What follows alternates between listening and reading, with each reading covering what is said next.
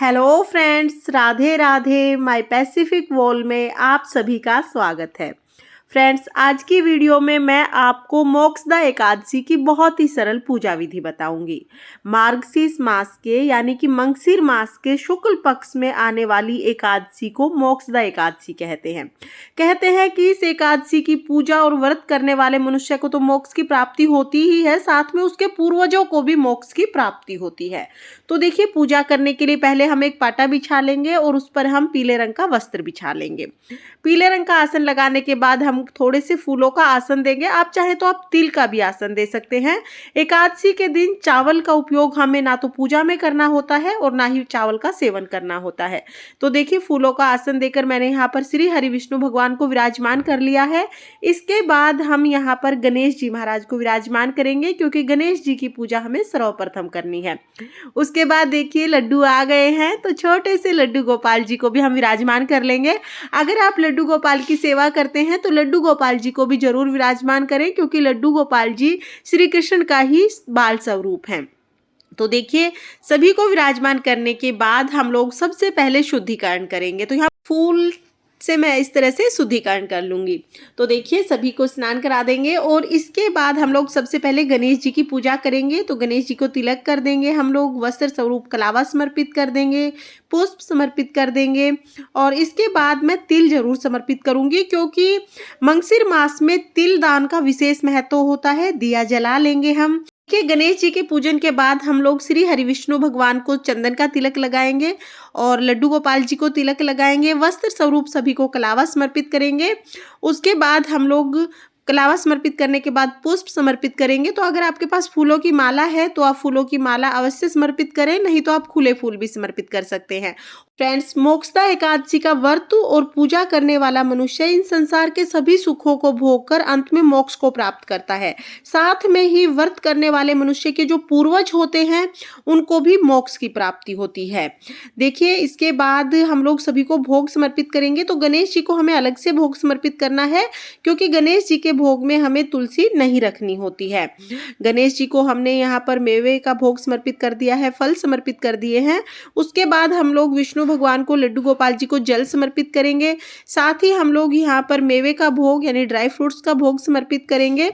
उसके साथ साथ जो भी ऋतु फल आपको मिल जाए आप वो ऋतु फल लें और ऋतु फल का भोग समर्पित करें। अन्न का भोग हमें बिल्कुल समर्पित नहीं करना होता है एकादशी के दिन। आप दूध से बनी किसी मिठाई का भोग समर्पित कर सकते हैं। साथ में ही जैसा कि आपको पता ही है, तुलसी हमें जरूर रखनी है।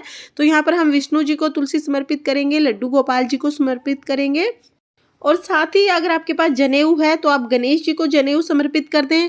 और अगर आपके पास पीला जनेऊ है तो आप विष्णु भगवान को पीला जनेऊ समर्पित करें। पीला जनेऊ नहीं है तो थोड़ी सी हल्दी लगाकर भी आप जनेऊ समर्पित कर सकते हैं।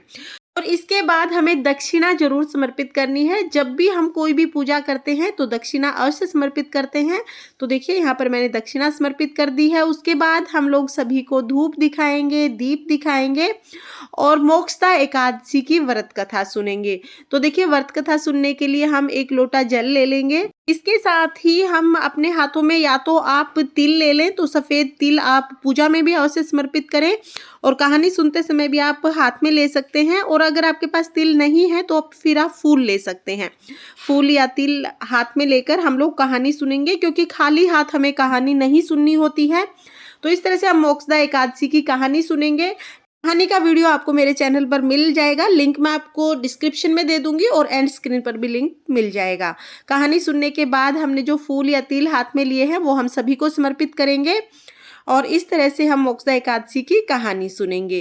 फ्रेंड्स, कहानी सुनने के बाद हमें आरती करनी है। तो आरती के लिए मैंने यहाँ पर कपूर लिया है, मैं कपूर आरती करूँगी। आप चाहे तो आप जो दिया आपने पूजा में प्रज्वलित किया है आप उस दिए से भी आरती कर सकते हैं। यहाँ पर हम गणेश जी की आरती करेंगे, विष्णु भगवान की आरती करेंगे और इस तरह से हमारी मोक्षदा एकादशी की पूजा पूर्ण हो जाएगी।